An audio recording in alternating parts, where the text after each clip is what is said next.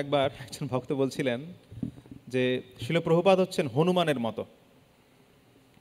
হনুমান সীতাকে উদ্ধার করার জন্য, সীতার খবর, সরি মানে কি বলে, সীতাকে উদ্ধার নয়, সীতা দেবীর খবর প্রাপ্ত করার জন্য উনি লঙ্কায় গেছেন, শ্রীলঙ্কায়, রাবণের যে জায়গা সেখানে উনি গেছেন। সেখানে গিয়ে উনি সীতা দেবীকে রামচন্দ্রের বার্তা দিয়েছেন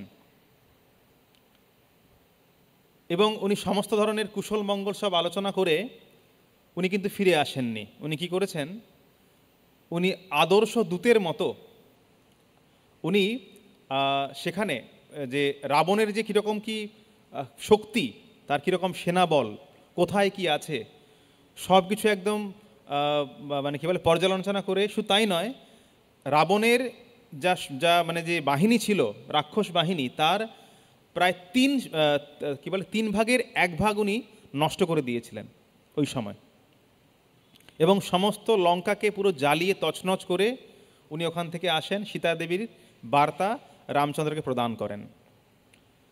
তো ওনাকে শুধু বলা হয়েছিল যে সীতার খবর আনতে, কিন্তু উনি হচ্ছেন মানে কি বলে আদর্শ শিষ্যরূপে উনি ওনার গুরুর, মানে এক্ষেত্রে ভগবান রামের যে মনের ইচ্ছা উনি জানেন, এবং সেই হিসেবে উনি সেই কার্য সম্পাদন করেছেন।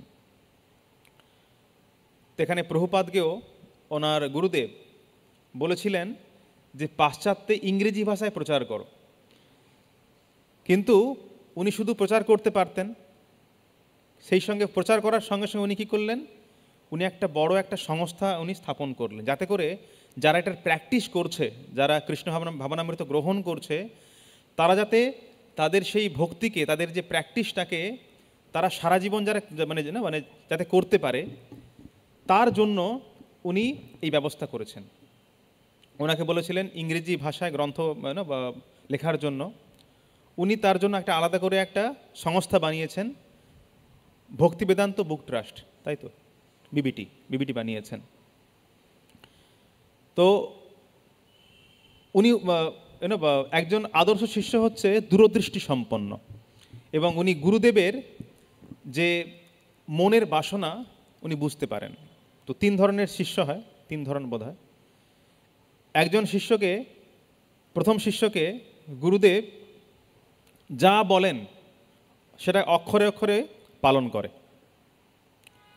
আরেক ধরনের শিষ্য হয় যাকে গুরুদেব কোনো কিছু করতে বলেন, কিন্তু শিষ্য কী করে, সেই জিনিসটা করে না, অন্য কিছু করে ফেলে। আর 3 ধরনের, আর মানে কি বলে, আর যে তৃতীয় শ্রেণীর বা সর্বোৎকৃষ্ট উত্তম শ্রেণীর যে শিষ্য, তিনি গুরুদেব কি চান, গুরুদেবের মনের কি ইচ্ছা, সেটা উনি বুঝতে পেরে সেই হিসেবে কাজ করেন। তো আমরা এরকম দেখেছি, এরকম শিল প্রভুপাদেরও অনেক শিষ্যবর্গ আছেন, তারা প্রভুপাদ যা চেয়েছেন সেগুলোকে সম্পন্ন করছেন।